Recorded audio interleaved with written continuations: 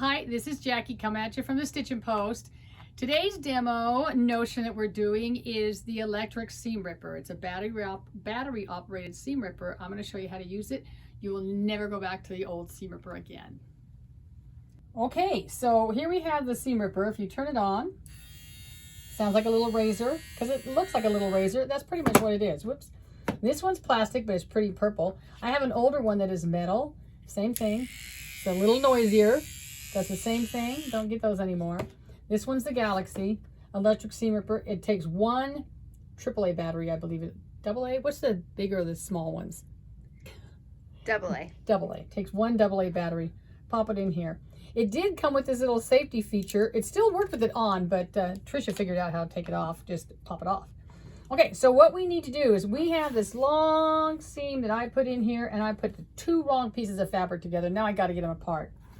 So it's easier to take a regular seam ripper and actually take a little bit of that seam out to begin, so you have a little tail to start with. Okay, open it up there.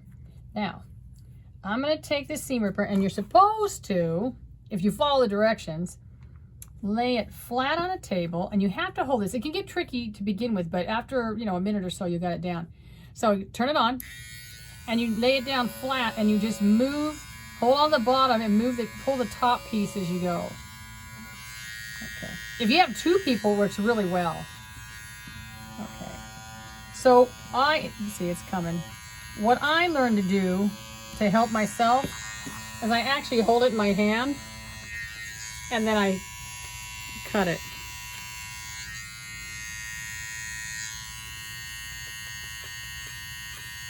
See, it cuts it really nice. And sometimes if you hold it upside down, it works even better.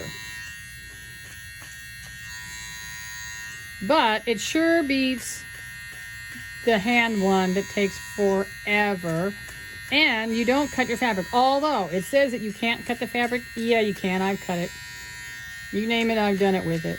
Especially if you have thicker fabric that has a nap on it. Go back to the way you're supposed to use it. There we go. And make sure you go across so you're not using the same blades each time.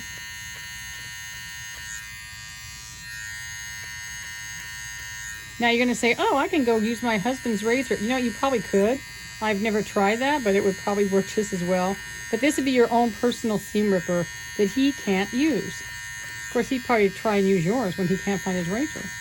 Well, and oftentimes those razors also have oil on them, so be aware of that before trying it. Good point.